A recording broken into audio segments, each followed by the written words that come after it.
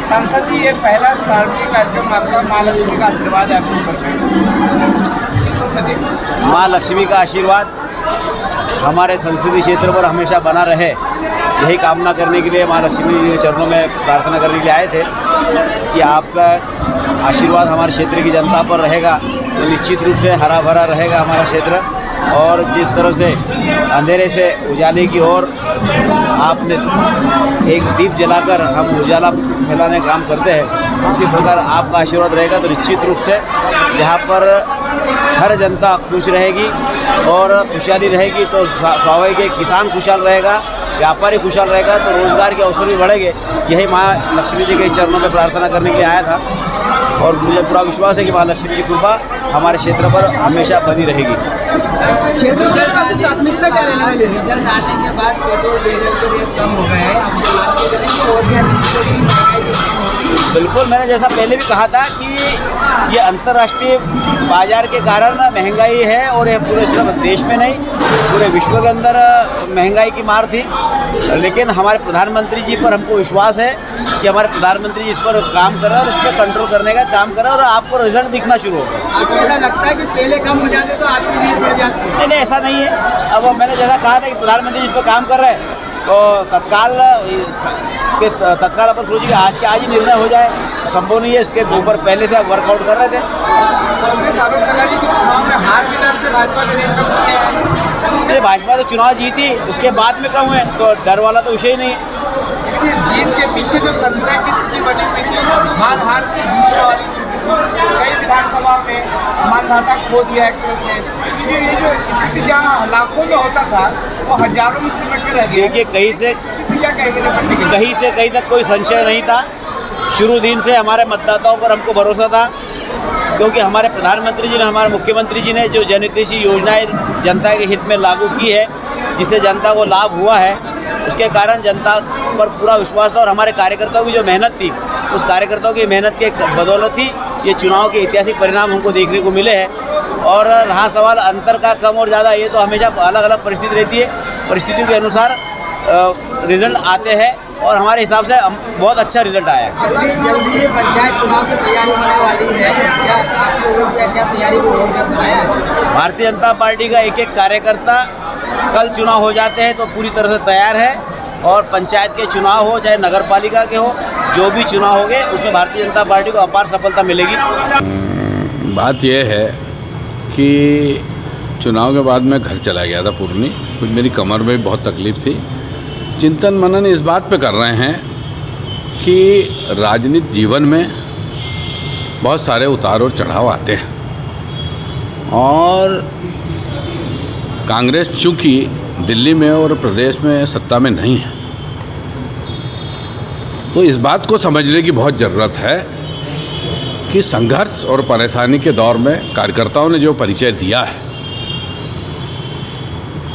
उस बात को आगे बढ़ाने के लिए विचार विमर्श कर रहे हैं कि भोपाल बुला हुआ है 8 तारीख का, 8 और 9 के बाद में आने के बाद में जिला कांग्रेस के अध्यक्ष के साथ में विचार विमर्श करके और फिर एक कार्यक्रम बनाया जाएगा लोगों का आभार व्यक्त करने के लिए। इसलिए आज ये पुराना सिस्टम है गांधी भवन में बैठने का, उस कार्यक्रम को वापस चालू किया जाए कि यहाँ लोग आके मिले, कार्यकर्ता यहाँ आके मिले।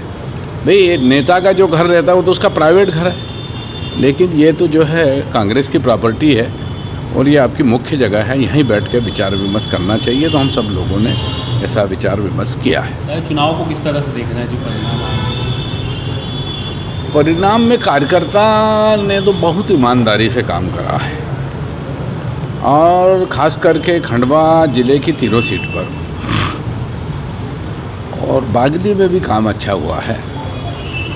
बरहानपुर में क्या हुआ नहीं हुआ इसके ऊपर चिंतन मनन चल रहा है, हम समझ रहे हैं और पूरा जब समझ लेंगे सारी जानकारी आ जाएगी, फिर क्या स्थिति बनेगी वो आपको फिर बताएंगे। नेपानगर में सचिन यादव के पास जिम्मेदारी थी, बुरहानपुर में अरुण यादव के जिलाध्यक्ष हैं, बागली में भी उनका एक अच्छा होल्ड है, बड़वा में उनके जो समर्थक विधायक थे वो भारतीय जनता पार्टी में चले जाते हैं। तो कैसे देखते हैं इस पूरी घटनाक्रम को? देखो, मैं बहुत छोटा आदमी हूँ और इस पर मैं टिप्पणी करना कोई उचित समझता नहीं।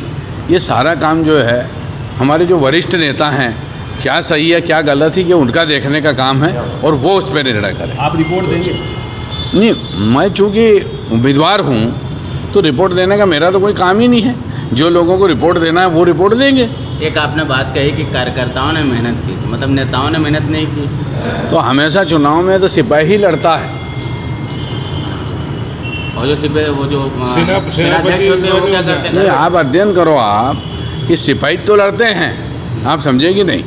सिपाही अगर नहीं हो तो काम थोड़ी ना चले। आज जब आप गठन करने आए हैं तो आज भी जिलाध्यक्ष तो दिख रहे हैं, लेकिन शहर अध्यक्ष और बाकी की टीम जो संगठनात्मक टीम वो नज़र नहीं आ रही है। मुट्ठी भर कांग्रेसी नज़र आ रहा है।